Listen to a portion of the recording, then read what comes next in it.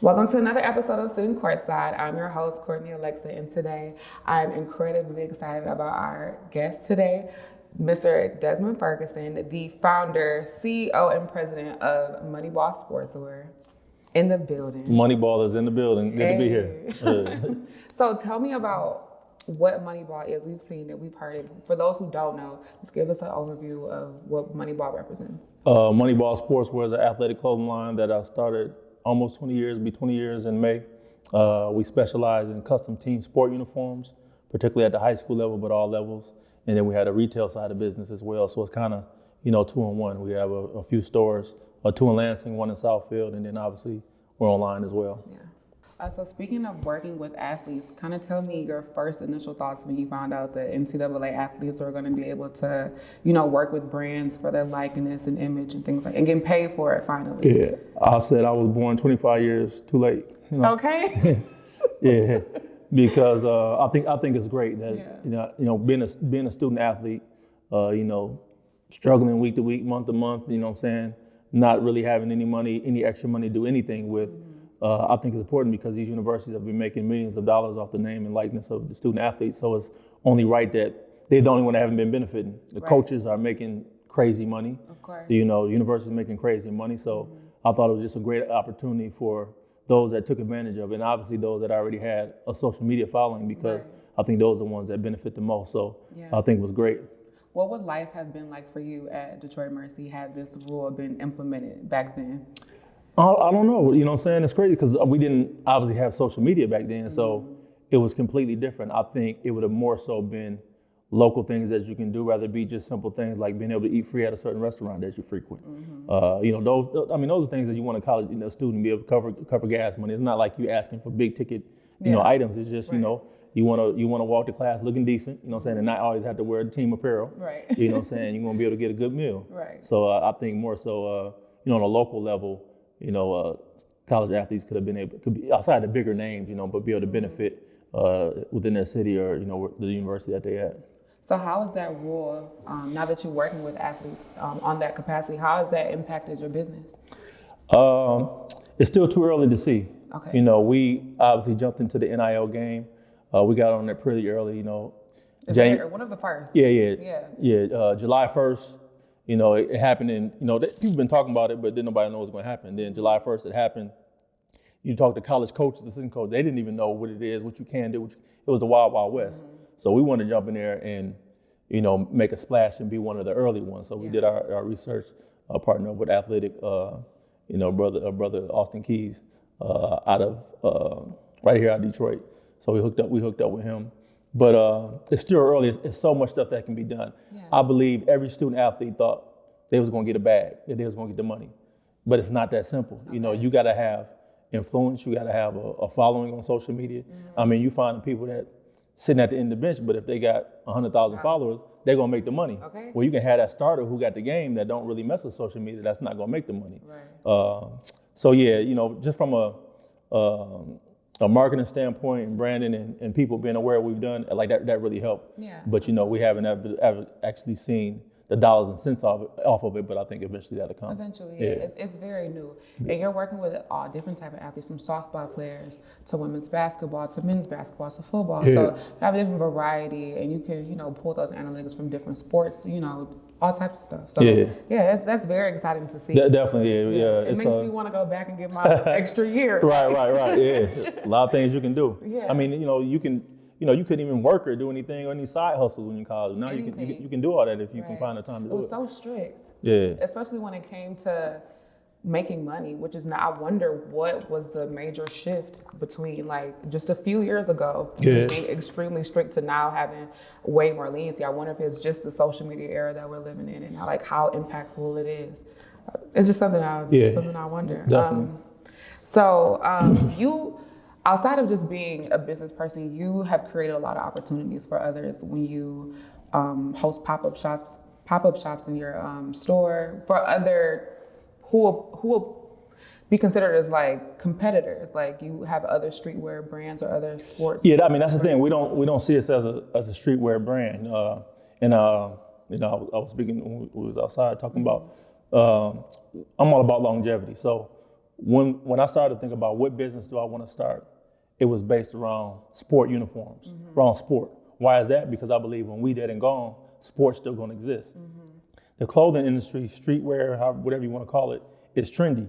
You may be hot for 5 or 10 years, fall off 15, 20, whatever the case may be. You look at the FUBU, the Fat Farm, the Sean John, like they came in and made hundreds of $1 million, but no longer exist. Yeah, but you see the Tommy Hilfigers, the Wranglers, that stuff. They've been here before we born and going to be after we gone. Right. So how do we have any type of longevity? I don't believe it's into the fads, the things that just last a short amount of time. Yeah. So we like to have, when it comes to the sportswear, we like to have classic pieces. A hoodie, a t-shirt, a sweatsuit you can wear any day. Yeah. We're not necessarily the brand that you're gonna wear when you're in a club, but you're in a club 1 or 2 nights out the week. Right. The other, you go in the grocery store, all that stuff. We want you rocking Moneyball. Absolutely. We want you lounging at the crib, working from home. We want you rocking Moneyball. So that's more where we come from from a sportswear apparel standpoint. So is that what you think inspired you to expand it to the hoodies and the more comfortable? Yeah, definitely. I mean, as you know, we do a lot more women gear, whether it be bikers, leggings, yoga outfits. We want comfortable athleisure wear, and like I said, many people, men and women, can wear that as opposed to not everybody's wearing a football jersey.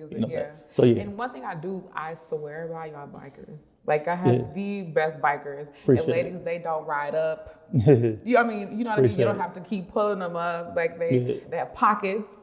Yep. Not a lot of bikers have pockets. That's one of the most major inconveniences. So I swear by y'all bikers. One of my favorite products of y'all's. So I know you post dudes all the time on your page. You're so adorable. We love to see it. How has fatherhood impacted you and your business?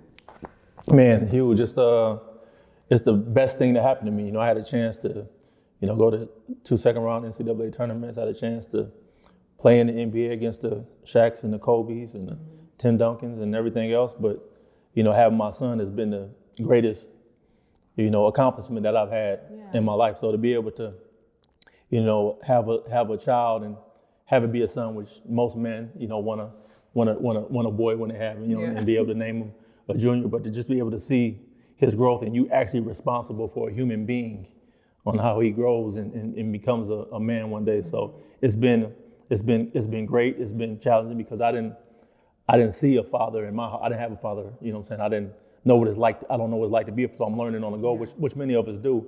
And it's been, it's just great just seeing them, grow every single day. He seems so excited, especially around the business. Yeah. I mean, because the warehouse. I mean, he get from his mind, like he's a helper. Okay. Like he just wants to help, you know what I'm saying? So he's, learning things about customer service and, teaching the difference between change and dollars and all that stuff too. Yeah. So he don't know it's normal, but he don't know every kid don't grow up that way. Right. But being able to grow up and see and understand ownership is very important. Absolutely. Especially for our young black, boys and girls. Absolutely. Yeah. You also mentioned you playing professional basketball. Kind of tell me your, favorite moment or most memorable moment of being a professional basketball player. Getting to the NBA, I played for 11 years in 11 different countries. So I had some great experiences with different cultures, different food, different way of life.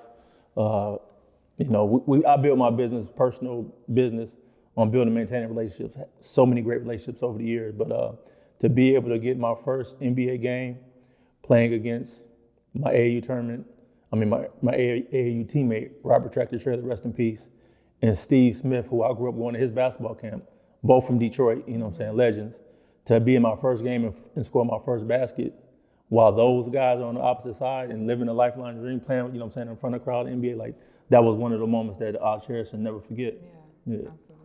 That sounds like an incredibly fulfilling moment, especially as an athlete, like to make it to the highest level. Like that's what people aspire to do. So to have that is like, I can only imagine how grateful to. Definitely. Then I really appreciate the route I took. I wasn't a high school All-American, a college All-American. I get drafted to the NBA. I had to go the scenic route. I had to, play in the minor leagues, making, a few $100s a week, 6'5" and overcast in the car, taking 20-hour rides. So the grind, you appreciate when the grind is real like that. Yeah. So I definitely appreciate it, no doubt. Yeah.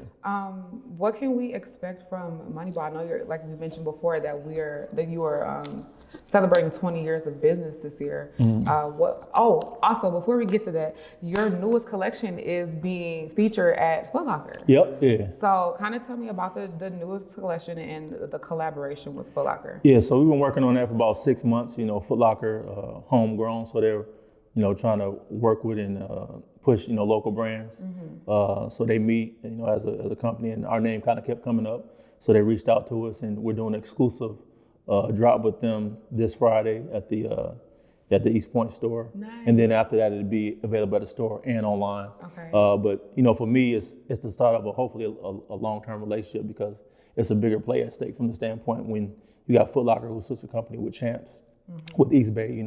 Growing up as a kid, we looked in the East Bay at the different shoes and the shirts and all that stuff, and that's a goal to be in that. So to be able to potentially be in other Footlocker, Champs, and East Bay is is a possibility. But it starts with this. So hopefully the collection does well. We got some new nice pieces that's only going to be available at Footlocker, and we're looking forward to it this Friday. Absolutely. Yeah. I know that's exciting. Yeah. So are there any other collaborations that you have coming up outside of that you're excited about? Or yeah, we lot of different stuff. We're doing different events at our Southfield store. So we had a women's yoga event.